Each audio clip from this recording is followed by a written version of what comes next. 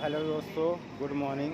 अभी मैं हॉस्पिटल के अंदर हूँ। अभी मेरी मम्मी का नंबर शायद लग चुका है, उन्होंने टोकन वो करवा लिया है। अब मैं जा रहा हूँ नीचे ब्रेकफास्ट करने के लिए, क्योंकि अभी मैंने ब्रेकफास्ट नहीं किया हुआ है। और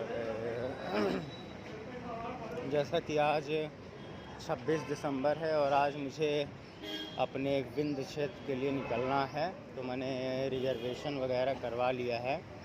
मेरी एक ट्रेन नाडियाड से बड़ोदरा के लिए है और वो ट्रेन नाडियाड से बड़ोदरा के लिए 4 बजे है, जो मुझे 5:30 बजे पहुंचा देगी, जो कि बेस्ट टाइम। देख लीजिए, ऑडी है यहाँ पे, ऑडी और BMW, मर्सिडीज, स्टैंड है।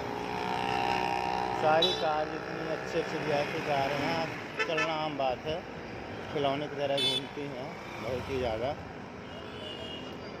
तो चलिए हम बाकायदे धूप में बैठ के ब्लॉग शूट करते हैं आराम से, कोई दिक्कत वाली बात नहीं है। और चलिए मैं वहाँ चेयर में बैठ जाता हूँ, वही नाश्ता वास्ता करते हैं, है ना। तो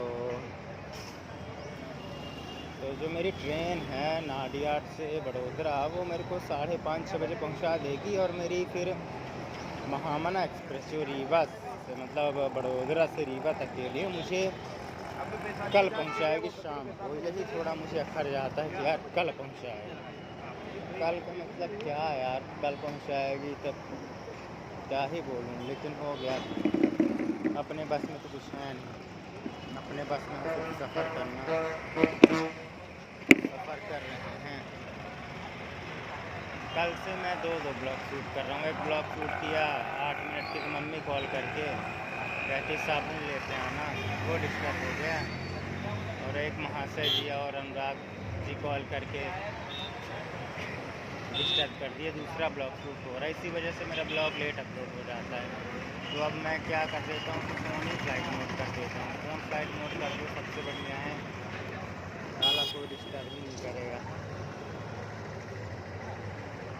तो यही सारी चीज़ें हैं। तो मतलब मेरी बड़ोदरा से ट्रेन है 8:35 पे है, मुझे अगले दिन पहुंचा देगी रीवा, शाम को 4:30-5 बजे पहुंचा देगी।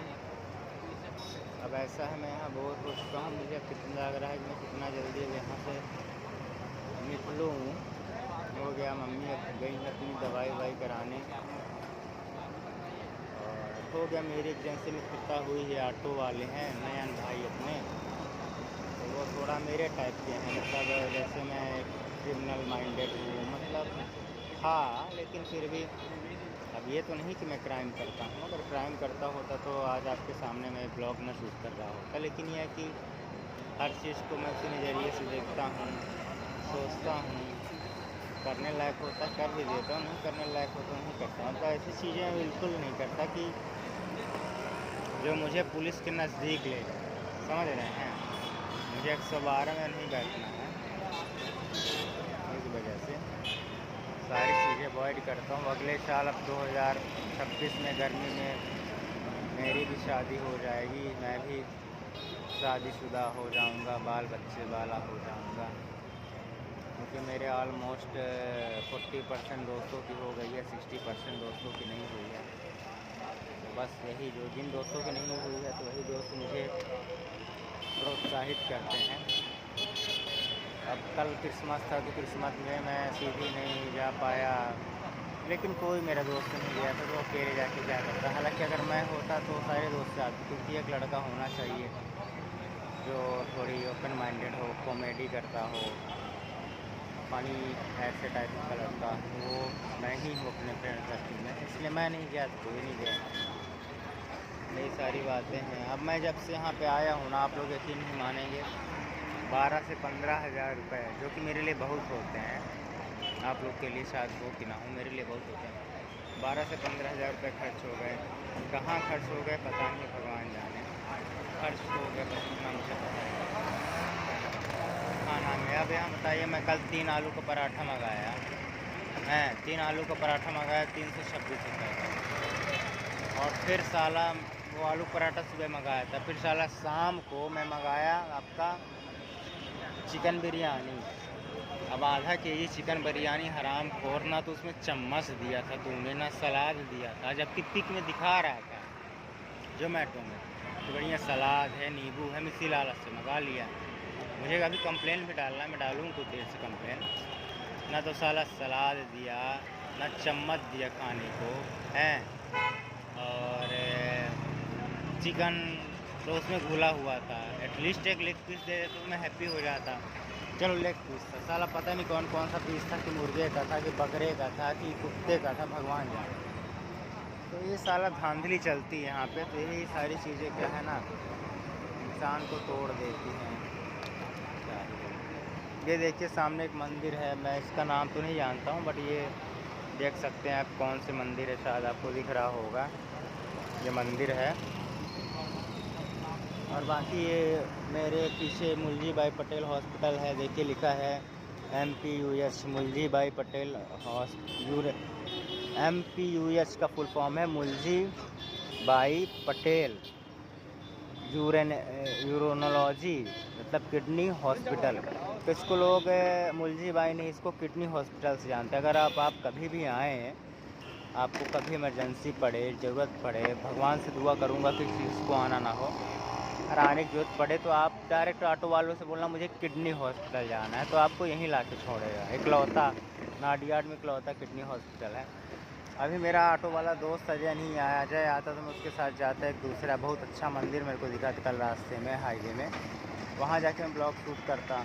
अब अकेले बताइए, मैं एक तो मम्मी मरीज़ हैं मेरे, उनकी ज़रूरत भी पड़ती रहती है, कभी ये काम के लिए वो काम के लिए, तो मैं अकेले उनको छोड़ के कहाँ जाऊँ, आप ही बता दो।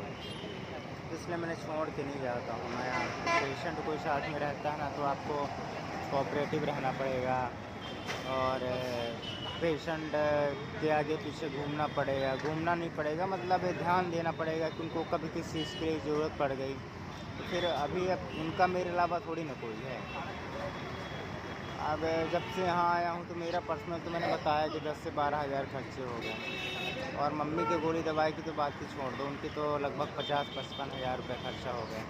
ट्रेन की टिकट मिला लो तो वो 10 हज़ार वो अलग से हो गया, साढ़े इसी में। तो वही सारी चीज़ें हैं जो कि इंसान कहीं भी जाए, बाहर जाए, तो बिना पैसों के तो कोई काम होना नहीं है। अब जो ऑटो वाला है तो साला है तो दोस्त है ये, लेकिन अब वो भी अनजान समझ के अब यहाँ से 2 किलोमीटर जाएगा। अब उसको खुद उसने बताया कि मेरा ऑटो 40 के एवरेज देता है। अब ये बताओ 40 के एवरेज देता, तुम 2 किलोमीटर ले जाओगे तो तुम मुझे आना जाना 100 रुपये चार्ज करोगे, ऐसा थोड़ी होता है यार। एटलीस्ट 50 करो, 20 करो, जो उचित है। अब तुम वही बाहरी समझ के मेरी मार रहे हो तो मार लो, चलो कल को तुम भी कभी खुदा न खास्ते MP आओगे तो फिर मैं बताऊँगा साला कैसे मारते हैं। तुम 2-4 तो मेरा मार रहे हो ना, मैं तुम्हारा 2-4 हज़ार मार दूँगा, हवा नहीं लगेगी। जब तुम निकालोगे प्रेम से, बस समय बहुत बलवान होता है, कभी न कभी समय आएगा साले, तो भी MP आएगा। लेकिन वो कि नेचर मुझे अच्छा है, मतलब मुझे उनके लिए गलत वर्ड नहीं यूज़ करना चाहिए, बट नेचर अच्छा है। अब ये बताओ, यहाँ से रेलवे स्टेशन है 3 से 4 किलोमीटर, यहाँ का जाने का ऑटो वाले 2 लोग के लिए मेरी मम्मी का 50 रुपये लेते हैं, और आप मुझे सिंगल ले जा रहे 2 किलोमीटर तो मुझसे 100-200 रुपये लोगे, ये उचित है क्या, आप ही बताओ। अब इतना भी मैं अनएजुकेटेड तो हूँ नहीं, ठीक है, पढ़ा लिखा हूँ, हर चीज़ जानता हूँ, समझता हूँ, उसके बावजूद भी अगर आप मुझसे वो करोगे तो फिर कहाँ तक कर पाओगे। हो गया कुछ भी हो, चलो ठीक है, सब चीज़ ठीक है, सारी चीज़ें ठीक है, मैं कोई चीज़ माइंड नहीं करता हूँ। बस मुझे एक चीज़ लेनी है, माइक लेनी है, तो मैं भी जाऊँगा, देखता हूँ कि तो पैसे नहीं बचे हैं, तो 400-500 बचे हैं तो खाना पीना के लिए हो जाता। अब कल बताइए 170 रुपये का मेरा चिकन बिरयानी हो गया, 329 रुपये का पराठा हो गया, मतलब 500 का यही सब हो गया। अब 500 डेली खाना में लगना है, और चाय सिगरेट रास्त्री 200-300 इसमें चला जा रहा है, क्या ही बोलेगा, बोलने लायक नहीं है ना। चलिए अभी ब्रेकफास्ट करते हैं, पोहा खाते हैं दोस्तों। भूख लग रही है। देखिए पोहा पकौड़ी भजिया कौनो कुछ मिल जाए तो फिर देखिए पोहा पकौड़ी भजिया फुलौरी मगौड़ी। अरे गाँव में पकौड़ी बन रहे हैं हमारे या देखें इनका पकौड़ी जैसे कौन भाजी होगी थी और पकौड़ी हमारे पकौड़ी तो हमारे बस के नहीं, यानी खा ले पकौड़ी तक हमारे फुलौरी निकल लगी नीचे से कढ़ी फुलौरी दोनों साथ में। भैया पोहा लगा देना और कढ़ी फुलौरी नीचे ना खा भाई। दादा पोहा दे दो। पोहा एक प्लेट भाई, पोहा प्लेट। देख रहे हैं यहाँ कितनी भीड़ है। और ये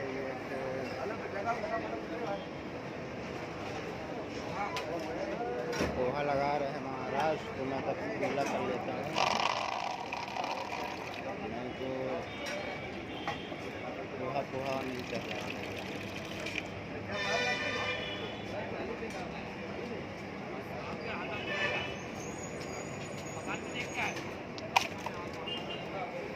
दो भाई मेरे लिए भी लगा दो यार।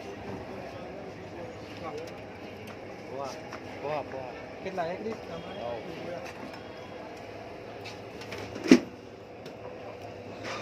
या देखा इनका फुलौरी दिखे ना।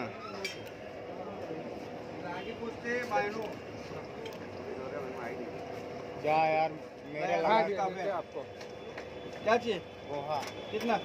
एक प्लेट जगमुख है ना साइड में।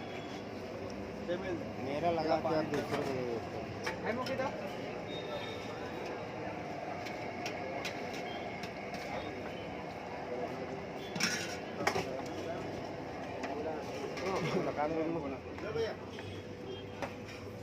दो यार, एक पोहा एक पकौड़ा। दो भैया बोल एक पोहा है क्या है आपने? एक पोहा एक पकौड़ा। दोस्तों ये पोहा मिल गया है सालाराम को। 3 बार लगाया, 3 बार लगाने के बाद मेरा पोहा दूसरे को दे दिया। और सीधी में होता ना तो मैं भी पोहा उसके पिछवाड़े में डाल दिया। अभी इधर का क्या होटल खाने की ये आप ऑटो वाले से पूछो यार, मैं बाहर ही हूँ, ऑटो वाले से पूछो यार बाहर के।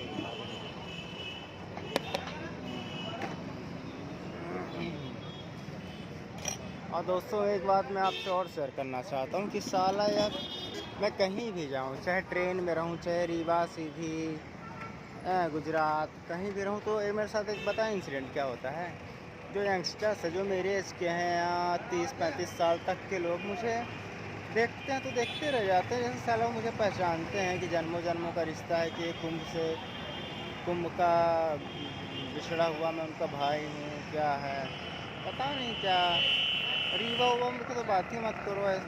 फिर उनमें से कई लोग आएंगे बोलेंगे भाई मैंने आपको कहीं देखा है, चल लड़का हो लड़की सब कंफर्म बोलेंगे भाई मैंने आपको कहीं देखा है। देख मैं कहा चल देखा तो अच्छी बात है, 2 नंबरिंग काम में देखा होगा और कहाँ देखा होगा। तो ठीक है दोस्तों, आज के ब्लॉग के लिए ही ख़त्म करते हैं। तब तक के लिए जय भीम, जय भारत, जय संविधान।